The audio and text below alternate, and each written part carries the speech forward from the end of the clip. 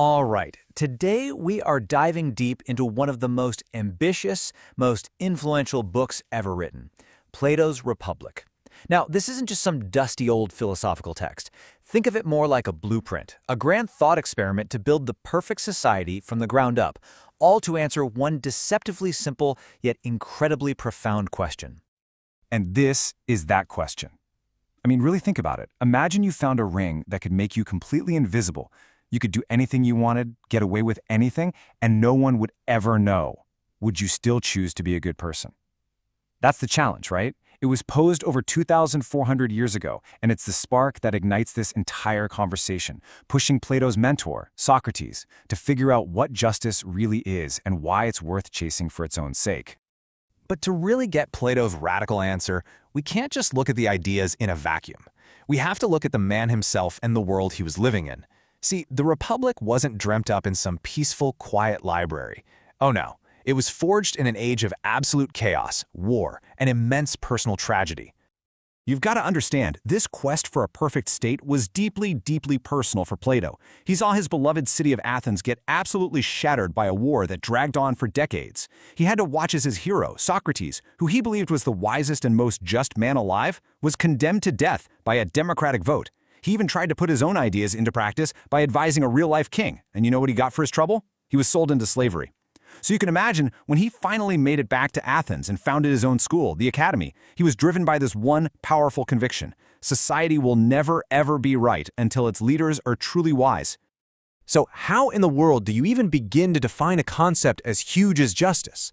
Well, Socrates, the main character in the book, he comes up with this brilliant strategy. He says, look, trying to find justice in a single person is like trying to read tiny little letters from super far away. It's almost impossible. So let's do something easier first. Let's design a perfectly just city together, right here in our minds, because there, justice will be written in big, bold letters, easy for everyone to see. And once we get it on that grand scale, we can shrink it back down to understand the just person.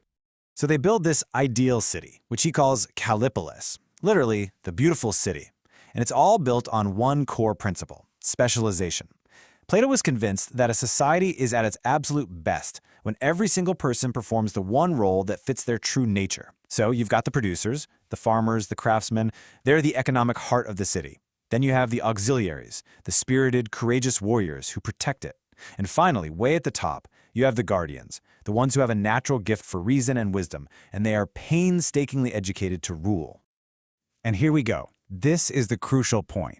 For Plato, justice isn't a list of actions or laws. It's not a to-do list. No, it's an internal state of order.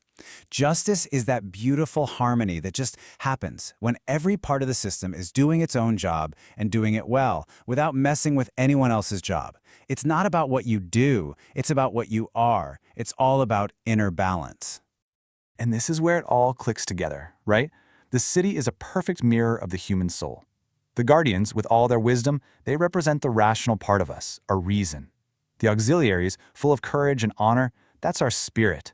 And the producers, who take care of the city's needs, well, they represent our appetites and our desires.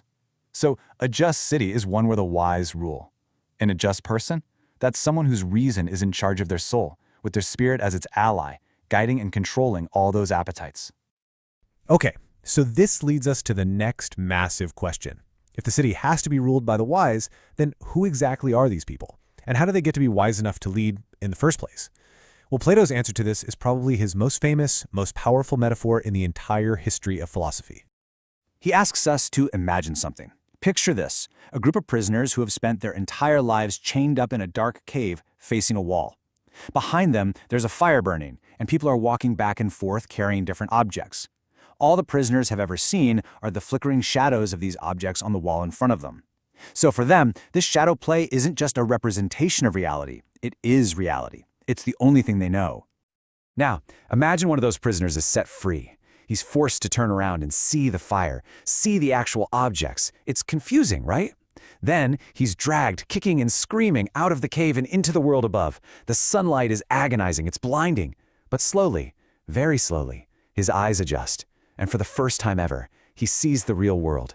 He sees the actual trees, the animals, the stars that were the source of all those shadows.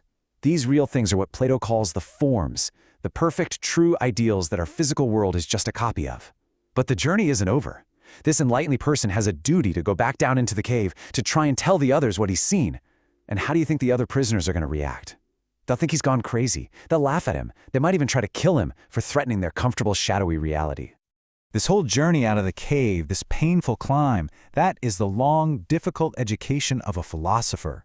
And that sun, the source of all light and life in the real world, that represents the ultimate truth, what Plato calls the form of the good. It's the source of all reality, all knowledge, all goodness.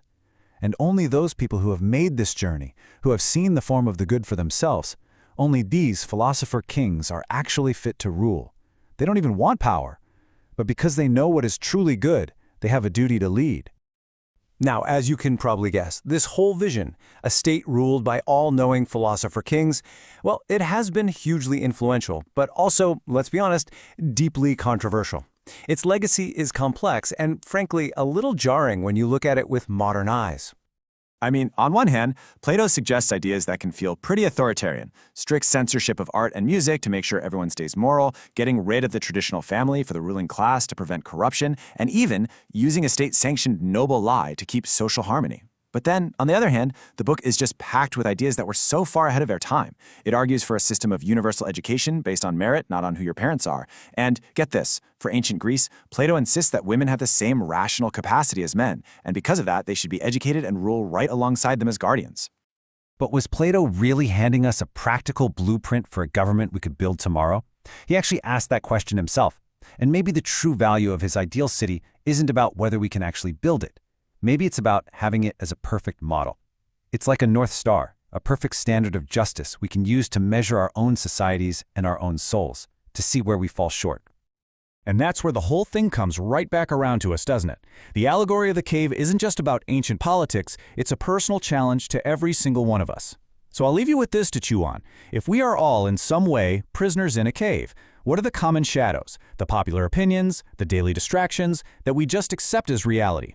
And maybe more importantly, what is the sun, the genuine truth and goodness that we ought to be struggling towards, even if that journey is a painful one?